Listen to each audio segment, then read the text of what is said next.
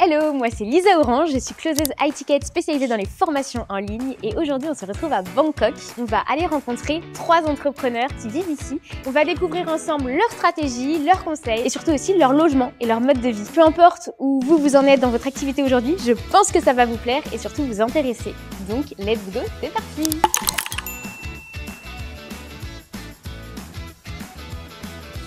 Les 3 condos qu'on va visiter, ils sont dans le même quartier, c'est Ekemei. C'est un quartier japonais. On va vraiment aller au cœur de la vie de chaque personne. On va visiter leur logement, comprendre comment ils gèrent leur business ici à Bangkok. Bon, là, on arrive au 3e condo, rentrée Timothée. Il est média buyer et vraiment spécialisé dans Google Ads. Est-ce que déjà tu peux nous expliquer comment tu t'es lancé dans l'entrepreneuriat? Moi, ça va faire 4-5 ans que je suis dans le media buying.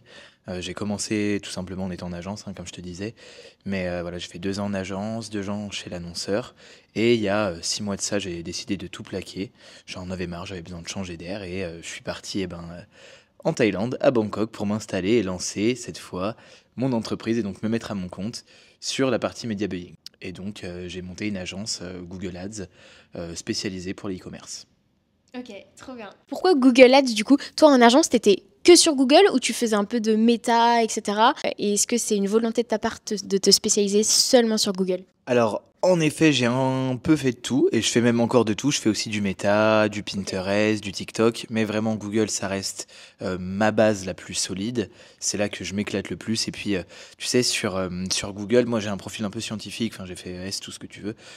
Et sur Google, tu as vraiment besoin d'avoir une appétence pour les chiffres et peut-être une analyse un peu plus poussée des données. La plateforme est peut-être un petit peu plus complexe que Meta ou TikTok, où c'est plus un game de créative. Et moi, c'est cet aspect-là que j'aime bien. Est-ce qu'il y a des marchés ou des types de business qui sont plus intéressants à lancer sur Google? Parce que souvent on se pose la question sur quoi je lance en fait? Sur YouTube, sur Meta, sur Google. Même si tous les canaux sont intéressants en soi, il faut bien commencer quelque part. Donc est-ce qu'il y a des marchés qui sont plus intéressants? Alors, c'est une bonne question. Moi, de ce que je vois principalement, tu vas avoir surtout des e-commerçants et des entreprises qui seront dans la lead gen, donc dans la génération de leads. C'est là que Google a peut-être le plus de potentiel.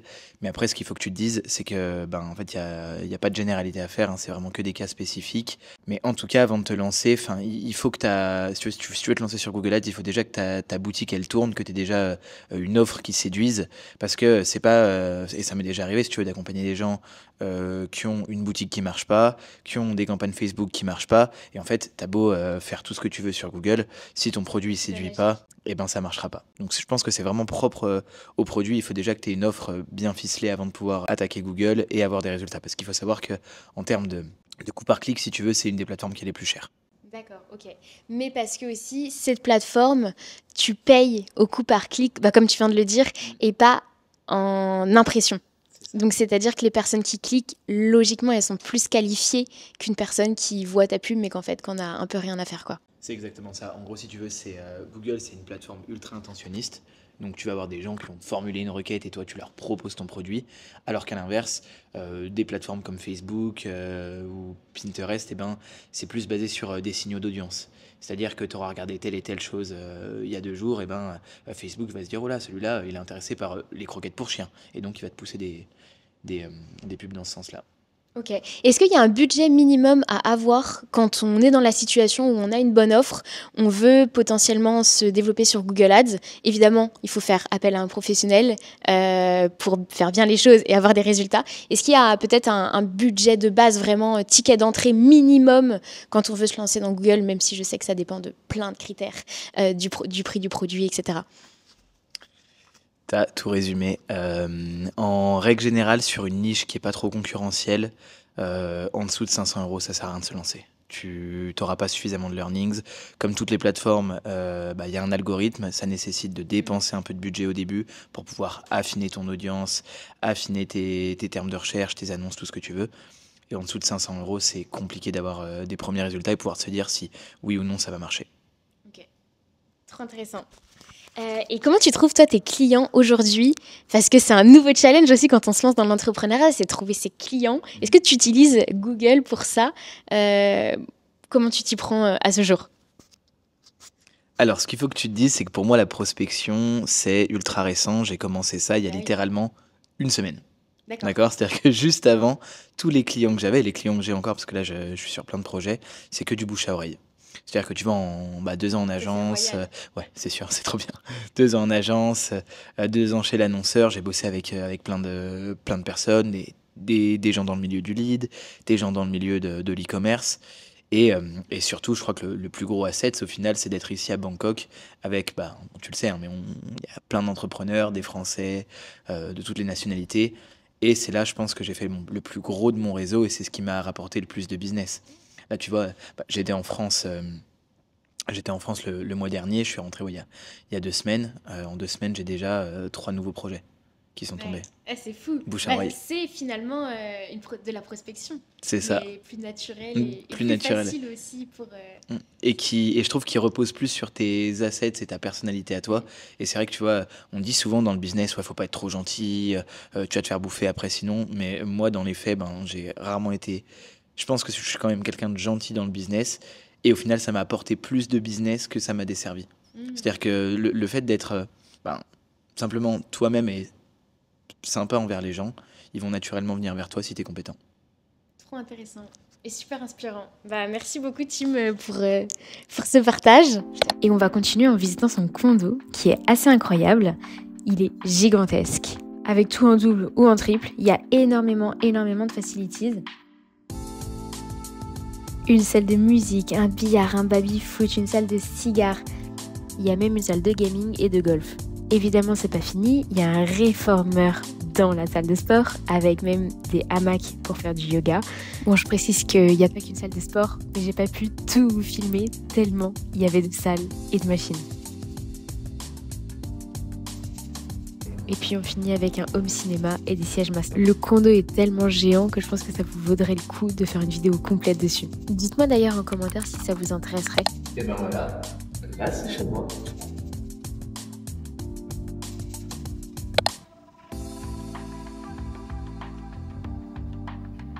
La question qui fâche, la question de l'argent. Voilà, on va Combien passer. je paye. Exactement. Alors combien déjà ça coûte de vivre ici, dans ce condo? Alors, ce que tu dois savoir, c'est qu'à Parc Origine, il y a plusieurs types de condos. Tu vas avoir les single bedrooms, c'est environ 35 mètres carrés.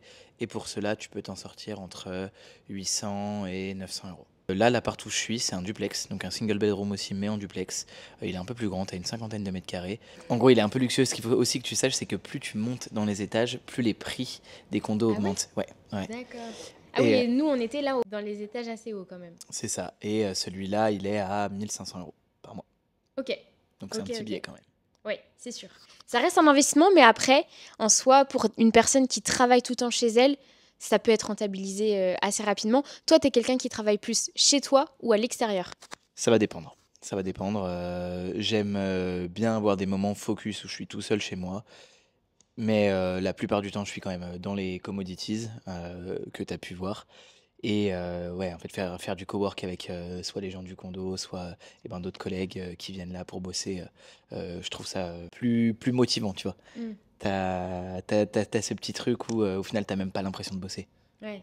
Et surtout que Timothée connaît quasiment tout le monde du condo, il dit bonjour à tout le monde. Donc on comprend quand il dit que sa prospection se fait avec le bouche à oreille parce que je sais pas comment tu fais, mais tu as une facilité, une aisance à aller vers les gens. Et donc je pense que ça motive aussi.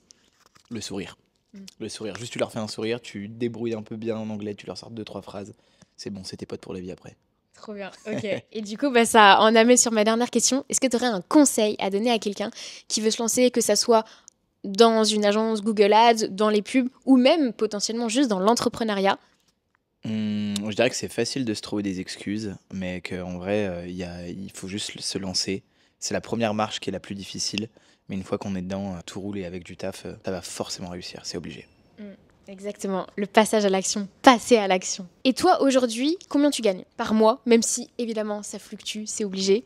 Ouais, c'est ça, en fait, t'as tout dit. Je vais avoir des clients où je suis rémunération à la performance, donc sur le CA généré. En fait, ton flux de clients n'est pas forcément régulier quand tu es en freelance, mais Ouais, il faut que c'est tu ça le dises pire. que je suis entre 4 et 5 000 euros par mois là actuellement. Ok. Ce qui est très très bien pour avoir commencé du coup il y a pas si longtemps que ça. C'est ça. Bravo. Après voilà, il faut aussi que tu saches que quand j'étais en poste, en agence et chez l'annonceur, j'étais aussi en train de développer un peu mon truc en freelance. C'est-à-dire que tu vois, j'avais 2-3 clients comme ça en régulier, en fil rouge. Et c'est là vraiment depuis septembre, donc ça fait 4-5 mois, où j'ai plaqué mon CDI, Taillot, et où j'ai commencé vraiment à rentrer dans le dur sur la partie freelance et création d'agence. Mais c'est important de diversifier en fait ses sources de revenus avec des fois du pourcentage et des fois du fixe aussi. Ça te permet d'avoir une certaine sécurité et stabilité, ce qui est un petit peu difficile à trouver quand tu te lances à ton compte. Et même avec les années, il y a toujours le stress de est-ce que je vais avoir des clients le mois d'après et combien quoi. Il faut épargner. Il faut épargner, se garder un petit filet de sécurité, pas cesser de prospecter en fait, toujours de la prospection, toujours essayer de trouver de nouveaux projets, de nouveaux clients. Ouais, ça c'est l'erreur que moi je faisais au début quand je me suis lancée, c'est qu'en fait dès que j'avais des clients, du coup j'arrêtais la prospection vu que je détestais. Sauf que c'est très mauvais. Enfin, il faut toujours multiplier, optimiser. C'est sûr, et puis même après c'est peut-être ce qui va te permettre de pouvoir commencer à déléguer. Donc tu as des nouveaux clients, tu scales un peu sur de l'humain, tu délègues et c'est là où tu te retrouves peut-être moins dans l'opérationnel et plus sur un poste de gestionnaire d'entreprise en fait, c'est ça. Ce qu'on peut retenir ici, c'est qu'avant de vouloir diversifier, il est essentiel de stabiliser déjà son premier canal d'acquisition et surtout d'être sûr que son offre fonctionne. Google Ads, ça peut être un excellent canal d'acquisition pour scaler votre business ensuite. Comme vous l'avez vu, ça reste très technique aussi. Il faut faire appel à un professionnel. C'est un outil complexe qui demande à être bien maîtrisé. Dans tous les cas, brûlez pas les étapes, mais restez ouvert et intéressez-vous à tous les types de canaux d'acquisition que vous pouvez avoir. Tiens, globalement, c'est que dans tous les cas, faut passer à l'action, faut se lancer, faut y aller, faut toujours garder le focus et rester soi-même. La vente, c'est avant tout une expérience humaine, des relations qu'on crée avec les gens, c'est ça le plus important. Et si c'est des choses qui vous intéressent et que vous avez envie de développer aujourd'hui votre société et d'apprendre à vendre, pas à vous abonner parce qu'on va aborder ces points-là plus en détail sur la chaîne. Et puis, je vous dis à la prochaine vidéo. Et au fait, si le concept vous a plu, dites-le moi, comme ça je fais une saison 2. Bisous!